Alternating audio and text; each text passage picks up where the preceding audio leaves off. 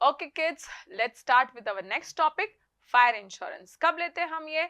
जब किसी प्रॉपर्टी को डैमेज हो सकता है due to occurrence of fire, right? So fire insurance policy is where it protects the insured against the loss by fire. Loss by how? What all could be loss due to the fire? Fire की वजह से अगर assets जल गए, या lightning हो सकता है जिसके वजह से फायर अकर हो सकता है, एक्सप्लॉइजन हो गया, ऐसी कुछ छोटी मोटी चीजें जिसकी वजह से आपके एसेट्स लॉस में जा सकते हैं। So we cover them. Fire insurance is for the protection, याद रखो प्रॉफिट के लिए नहीं है। ओके तो मतलब जानबूझ के जलाना इंपॉर्टेंट नहीं है। याद रखो मिटिगेशन ऑफ लॉस प्रिंसिपल अगर नहीं होगा हमको उसमें कॉम्पेंसेशन नहीं मिल पाएगा। सिंपल है ना।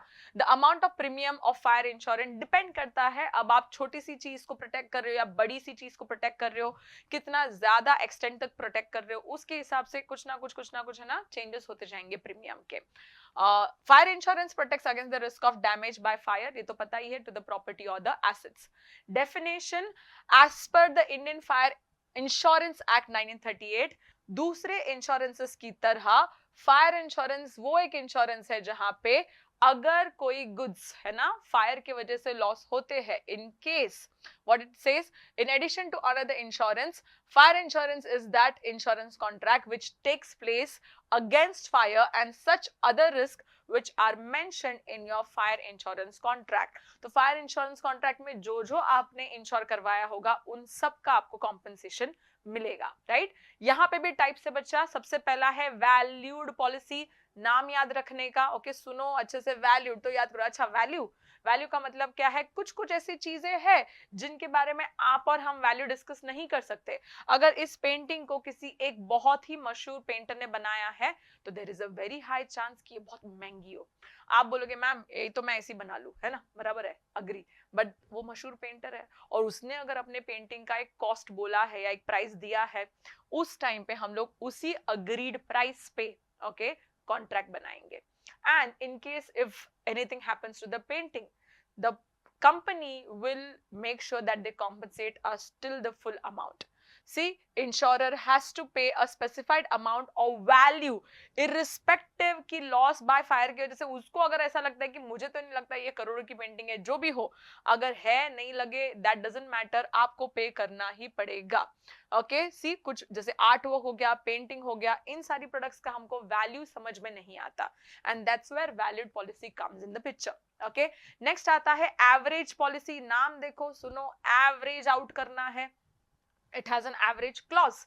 मतलब क्या है? सब्जेक्ट मैटर अगर is not insured as per the exact market value, under valued है, कुछ भी फर्क नहीं पड़ेगा, जो भी लॉस होगा उसका डायरेक्ट एवरेज हो जाएगा। सिंपल है ना।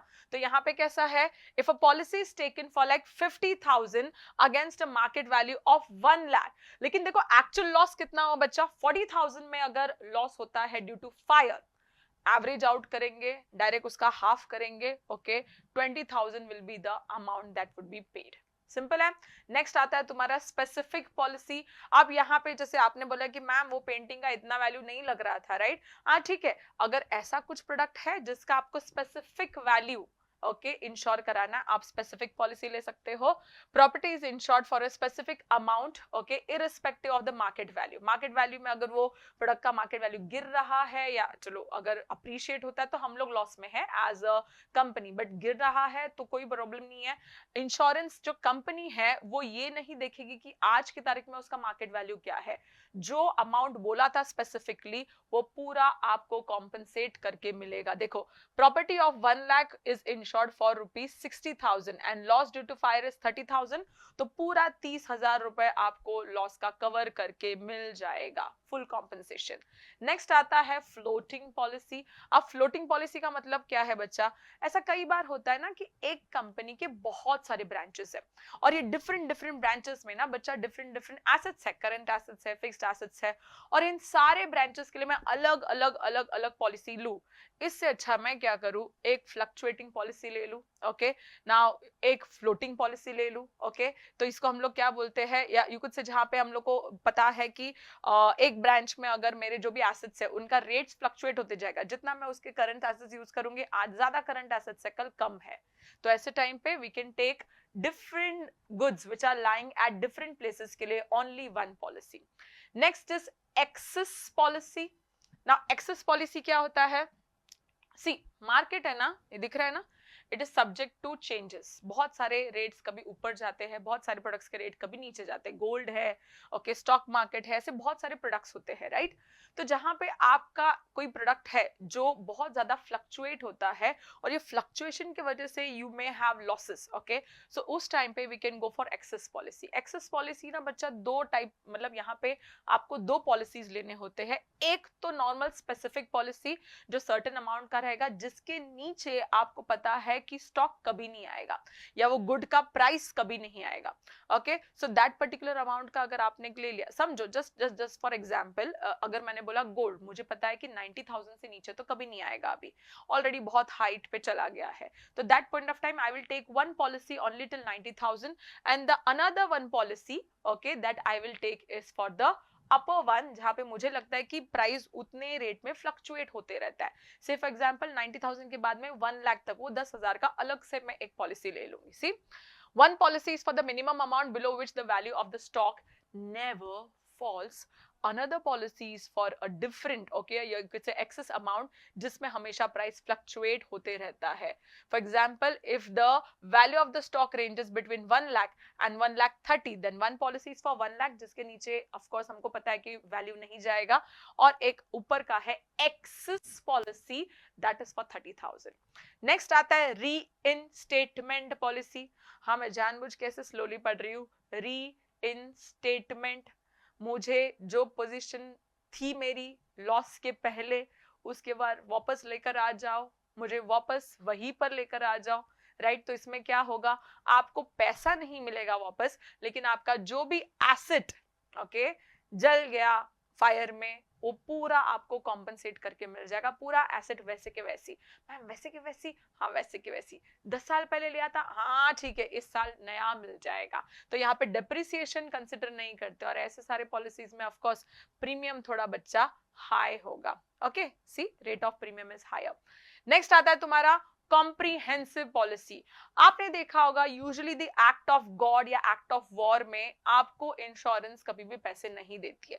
मतलब ये है ना, एक्सप्लोजन्स हो गए या स्ट्राइक्स हो गए, राइट्स हो गए, इन सारी रीजंस की वजह से आपको शायद से कभी कॉम्पनसेशन नहीं मिलेगा। बट टेंशन मत लो, if you are taking this policy, all in one policy है, ओके, यहाँ पे इन सारे रीजंस की वजह से भी अगर आपके लॉस होते हैं भरपाई हो जाएगी। बट ये इंडिया में अवेलेबल नहीं है, it is much better in UK and USA, okay, USA, okay, in UK and USA, okay।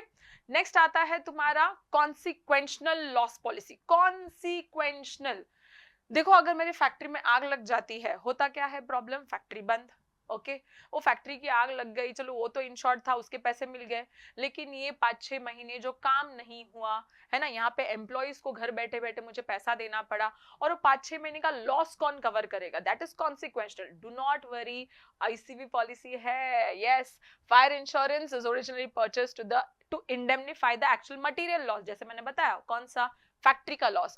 The intangible interest was not indemnified, intangible interest मेरा पैसा, प्रॉफिट, मेरा सैलरी जो गया एम्प्लॉइज को, है ना, ऐसे सारी चीजें भी आपको मिल जाएगी इस पॉलिसी में, वो सब भी खर्चा वर्चा निकल जाएगा, सिंपल। नेक्स्ट आता है तुम्हारा स्प्रिंकलर लीकेज पॉलिसी। अब ये स्प्रिंकलर लीकेज क्या है, देखो ऐसा एक स्प्रिंकलर रहता है हर एक जगह पे, क्या है, अगर इसको थोड़ा बहुत धुआं आया ना फायर का, तो ये फटाफट पानी छोड़ने लग जाएगा, which is for our safety. तो ये तो होना चाहिए बच्चा, लेकिन अगर किसी रीजन की वजह से ये लीकेज हुआ मतलब खराब हुआ है और फुकट में पानी चला गया है ना सब जगह पे, एसिड्स वैसिड्स में, सोफा खराब हो गया, या हमारे अगर वैसे तो हम लोग पीसी वाले रूम में नहीं रखेंगे, बट एनी विच वेज कुछ अगर खराब हुआ तो इसका लॉस कौन बेयर करेगा, ये कंपनी बेयर करेगी, राइट। तो हम लोग क्या बोलते हैं, sprinkler leakage policy covers the damage to the property caused by an automatic sprinkler system that has leaked or discharged water accidentally rather than in response to fire। Fire हुआ, पानी गया, सॉरी नो भरचुक, राइट, लेकिन fire हुआ ही नहीं, अपने आप leak कर गया, भरचुक मिलेगा, सिंपल है। So these were all your policy का टाइप्स फॉर फायर। इसके आगे हम लोग पढ़ेंगे मरीन, वो भी इंपॉर्टेंट है, और वो ये एक बार समझ में आ गया ना तो ऐसे भी समझ में आ जाएगा. Okay, stay tuned and make sure that you have studied already the first part of all of these videos. Okay.